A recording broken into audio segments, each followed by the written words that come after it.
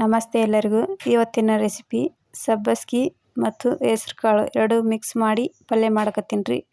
ಹೆಂಗೆ ಮಾಡೋದಂದ್ರೆ ಮೊದಲಿಗೆ ಸಬ್ಬಸ್ಗಿ ಕ್ಲೀನ್ ಮಾಡಿ ಹೆಚ್ಚಿಟ್ಕೋಬೇಕ್ರಿ. ಆಮೇಲೆ ಹೆಸ್ರು ಕಾಳು ಮೊಳಕೆ ಒಡಿಸಿ ಇಟ್ಕೊಂಡೇನಿ ರೀ.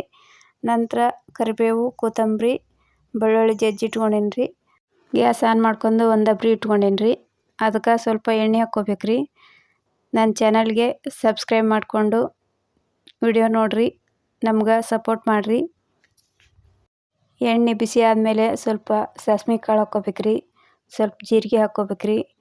ಜೀರಿಗೆ ಸಾಸ್ವೆ ಕಾಳು ಸ್ವಲ್ಪ ಚಟಪಟ ಅಂತ ಸಿಡಿದ ಮೇಲೆ ಬೆಳ್ಳುಳ್ಳಿ ಹಾಕ್ಕೋಬೇಕ್ರಿ, ಜಜ್ಜಿಟ್ಟಿದ್ದು. ಬೆಳ್ಳುಳ್ಳಿ ಸ್ವಲ್ಪ ಕೆಂಪು ಆದಮೇಲೆ ಕರಿಬೇವು ಹಾಕ್ಕೋಬೇಕ್ರಿ, ಕೊತ್ತಂಬರಿ ಹಾಕ್ಕೋಬೇಕ್ರಿ.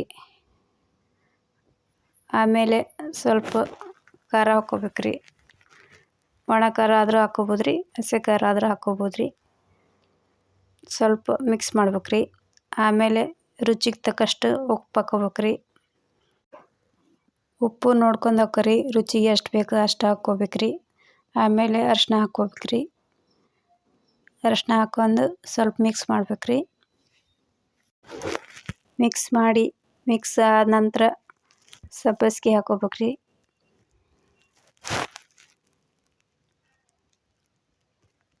ಸಬ್ಬಸ್ಗಿ ಹಾಕ್ಕೊಂಡು ಮತ್ತು ಮಿಕ್ಸ್ ಮಾಡ್ಬೇಕ್ರಿ. ಪೂರ್ತಿಯಾಗಿ ಎಲ್ಲ ಕಡೆ ಮಿಕ್ಸ್ ಆಗ್ಬೇಕ್ರಿ. ಮಿಕ್ಸ್ ಆದಮೇಲೆ ಸ್ವಲ್ಪ ಹೊತ್ತು ಬಾಯಿ ಮುಚ್ಚಿ 1-2-3 ಸೆಕೆಂಡ್ ಬಿಡ್ಬೇಕ್ರಿ. ಆಮೇಲೆ ತೆಗೆದು ನೋಡ್ಬೇಕ್ರಿ.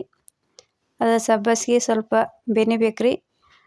ಸ್ವಲ್ಪ ಬೆಂದೈತೆ ಅಂದ್ರೆ ಆಮೇಲೆ ಹೆಸ್ರು ಕಾಳು ಹಾಕ್ಕೋಬೇಕ್ರಿ. ಹೆಸ್ರು ಕಾಳು ಹಾಕ್ಕೊಂಡು ಮಿಕ್ಸ್ ಮಾಡ್ಬೇಕ್ರಿ ಚೆಂದಾಗ.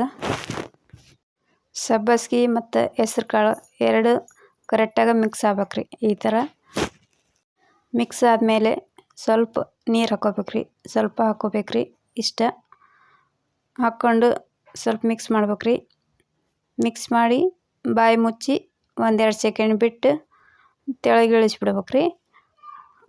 ಇವಾಗ ಹೆಸ್ರು ಕಾಳು ಪಲ್ಯ ರೆಡಿ ಆಗೈತೆ ನೋಡ್ರಿ.